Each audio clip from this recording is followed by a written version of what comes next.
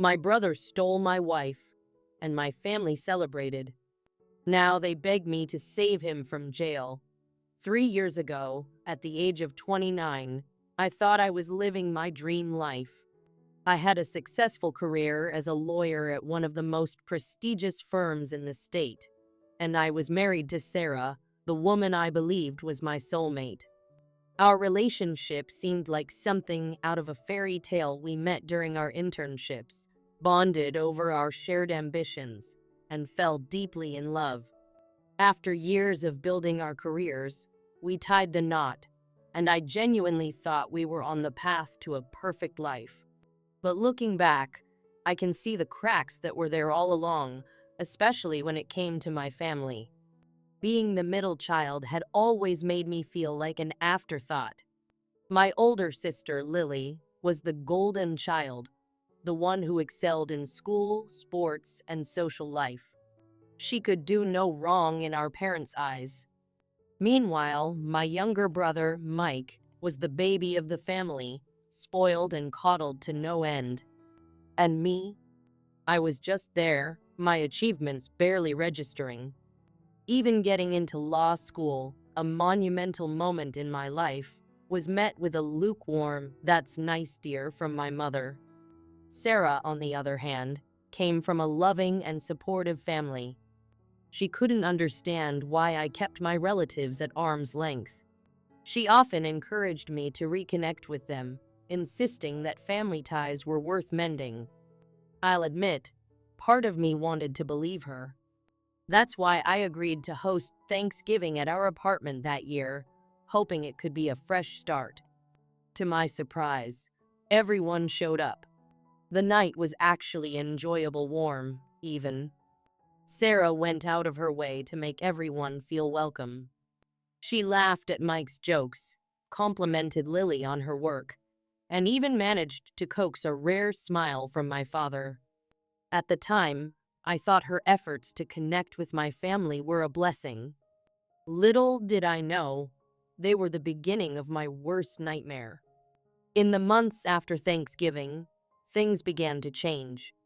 Sarah became distant, her once affectionate demeanor replaced with a cold detachment I couldn't understand. She claimed work stress was weighing on her, and I, eager to be a supportive husband, took her at her word. But the signs were there. Late nights at the office, vague excuses, and an ever-present tension I couldn't put my finger on. Then, one evening, everything came crashing down. Sarah's phone buzzed repeatedly on the counter, and curiosity got the better of me. I checked it, expecting perhaps a work email or a message from her mother. What I found instead shattered my world. A string of intimate messages between Sarah and Mike, my own brother. Confronting Sarah was like reliving the betrayal with every word she spoke. She tearfully admitted to everything, claiming that her initial closeness with Mike was an innocent attempt to win favor with my family. Somewhere along the line, it had spiraled into something more. She apologized, begged for forgiveness, and tried to explain herself, but her words felt hollow. The woman I had loved and trusted had betrayed me in the worst way possible, and my brother, my own flesh and blood, was complicit. I packed my bags that night, leaving the apartment we had shared and retreating to a hotel. My heart was shattered, but what came next made the pain almost unbearable. My family, the very people who should have supported me, not only accepted Sarah and Mike's relationship, but celebrated it. They justified it by saying it was for the best, since Sarah would stay in the family. Their indifference to my suffering was a final, unforgivable blow. The divorce was finalized quickly. Within months, Mike and Sarah were engaged. Their engagement party, a family affair that I wasn't even invited to. Feeling like the invisible middle child I had always been, I made a decision. I was done with them. All of them. I moved to another state, cutting ties completely and focusing on rebuilding my life. For 3 years, I poured everything into my work. I earned promotions, made new friends, and even started dating again, though cautiously. Life was far from perfect, but it was mine. I had finally found a sense of stability, free from the shadows of betrayal and neglect. Then, out of the blue, my mother called. Seeing her name flash on my phone screen was like a ghost from the past. I ignored her first call, then the second, and the third. But her persistence wore me down, and on the fourth attempt, I answered. Her voice was as cheerful as if nothing had happened, but the forced warmth was unmistakable. After some awkward small talk, she finally got to the point. Mike was in trouble. Big trouble. He had developed a gambling addiction, racking up debts he couldn't pay. In a desperate attempt to cover his losses, he had embezzled money from his company and was now facing criminal charges. My family, the same people who had turned their backs on me, now needed my help. The irony was almost laughable. The brother who had destroyed my marriage, the parents who had dismissed me for years, now wanted me to swoop in and save the day. My mother pleaded, saying I was their only hope. Torn between satisfaction and a lingering sense of obligation, I agreed to evaluate the case, but made it clear I was making no promises. Returning to my childhood home was surreal. The memories came flooding back, but instead of nostalgia, I felt a simmering anger. When I sat down with Mike to discuss his case, I could see the desperation in his eyes. But I couldn't bring myself to feel sympathy. I told him I wouldn't take his case, but would help him find a competent lawyer. That's when my father made a sarcastic comment about my ingratitude, implying that I owed it to the family to help. Something inside me snapped. Years of pent-up resentment spilled out as I confronted them about their neglect, their favoritism, and the ultimate betrayal of celebrating my brother's affair with my wife. They were stunned, silent for the first time in my life. For once, I walked away without looking back, without seeking their approval. In the days that followed, the calls came in waves. Apologies, pleas, even threats of guilt. I ignored them all. Then, one evening, I received a call from an unknown number. Assuming it was work-related, I answered. The voice on the other end froze me in place. It was Sarah. She spoke hesitantly, her voice trembling as she tried to explain herself. She told me she regretted everything, that she had been blinded by infatuation and pressure from my family. She begged me to help Mike, saying he was still my brother and didn't deserve to go to jail. Her audacity took my breath away. This was the woman who had destroyed my trust, married my brother, and played a role in the greatest betrayal of my life. And now she wanted my help? I let her finish, then responded with a calmness I didn't know I possessed. Sarah, I said, I've spent 3 years rebuilding my life after what you and Mike did. You don't get to come back now and ask for my help. Mike made his choices, just like you did. Now you both get to live with the consequences. I hung up, my hands trembling, but my heart finally at peace. For the first time, I realized that walking away wasn't just an act of self-preservation, it was an act of reclaiming my worth. My family had taken so much from me, but they couldn't take my strength, my success, or my future. And as for Mike, he can face the music. Alone. She began with an elaborate apology for everything that had transpired, a speech eerily reminiscent of the pleas my family had delivered earlier. Her tone was laden with regret and self-pity, as she painted a picture of a man, Mike, trapped in a nightmare far worse than I had imagined. According to her, his gambling addiction had drawn him into the orbit of dangerous people, and the embezzlement charges were merely the visible tip of an iceberg threatening to sink him completely. Sarah argued passionately that without immediate legal intervention, Mike would spiral further into ruin. His actions had triggered a chain reaction that could end not only in financial devastation, but possibly even physical harm. She appealed to me, not as an ex-husband or estranged family member, but as a professional, a lawyer who, in her words, was their best hope to untangle this complicated web of deceit and destruction. Despite the layers of betrayal that Sarah and my family had inflicted, she framed her appeal in the context of unity. "We're still family in some way," she said, her eyes pleading for a connection I no longer felt.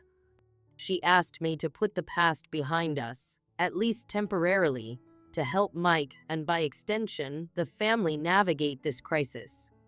The weight of her request left me conflicted. On one hand, I couldn't deny that my skills as a lawyer could genuinely help Mike. On the other, the scars of betrayal were far too fresh.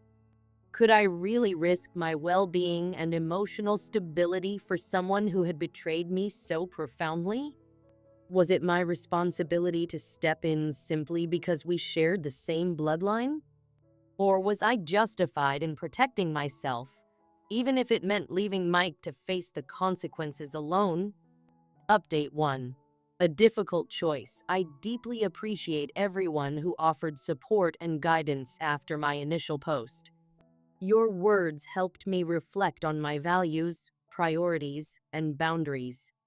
Since then, several significant developments have reshaped the path I've chosen to take. After much deliberation, I decided to get involved in Mike's case. This wasn't about Sarah, my parents, or any hope of reconciliation.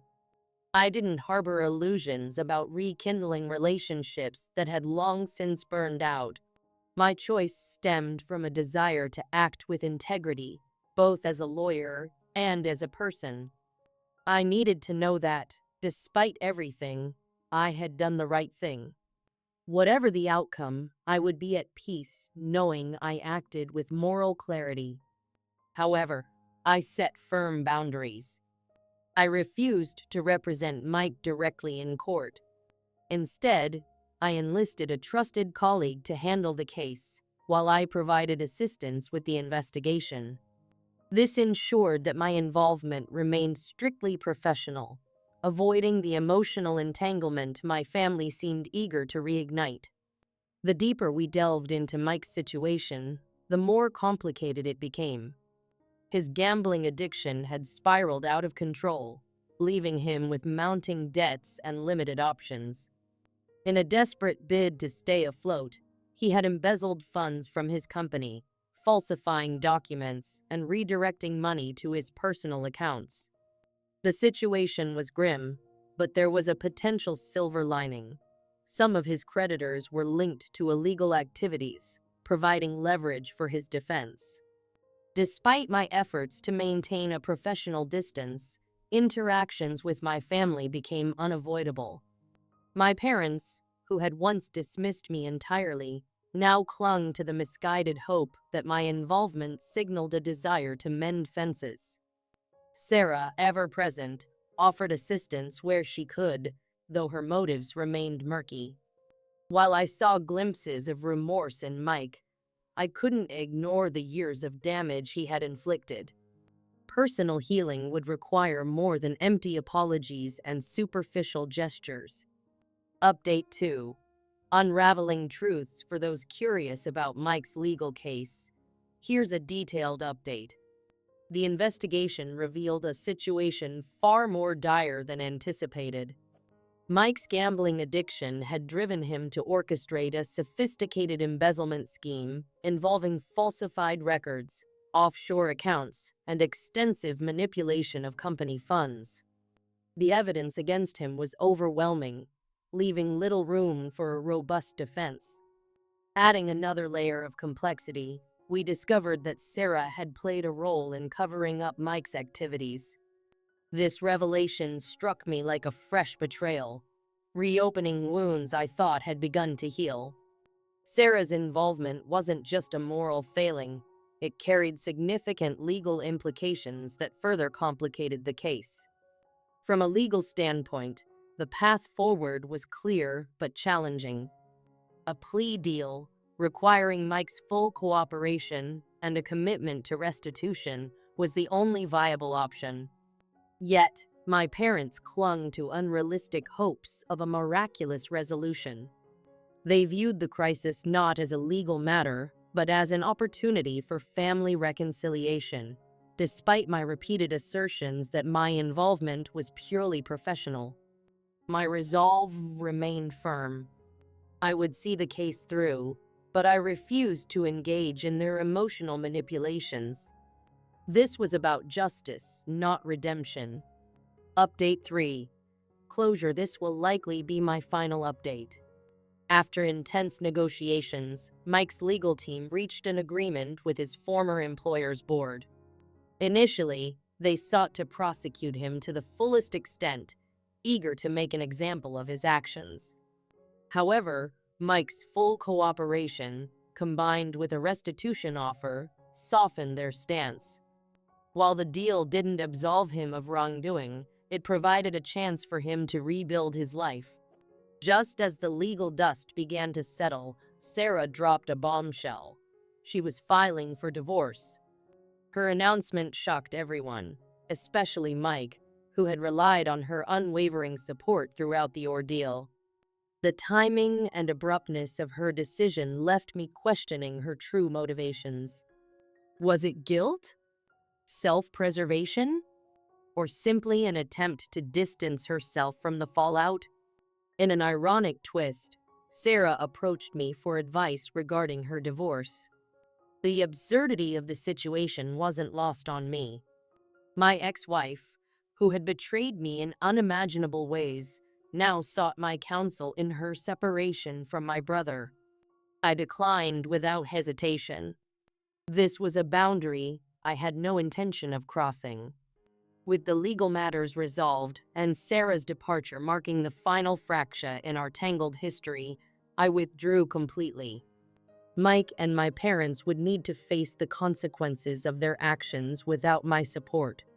Reflections. This journey has taught me invaluable lessons about boundaries, self-respect, and the importance of choosing integrity over validation. I no longer seek my family's approval or yearn for reconciliation. My actions in this case were guided by my values, not by the need to mend broken relationships. I've emerged from this ordeal stronger and more confident in my ability to navigate life's challenges. While the scars of betrayal remain, they no longer define me.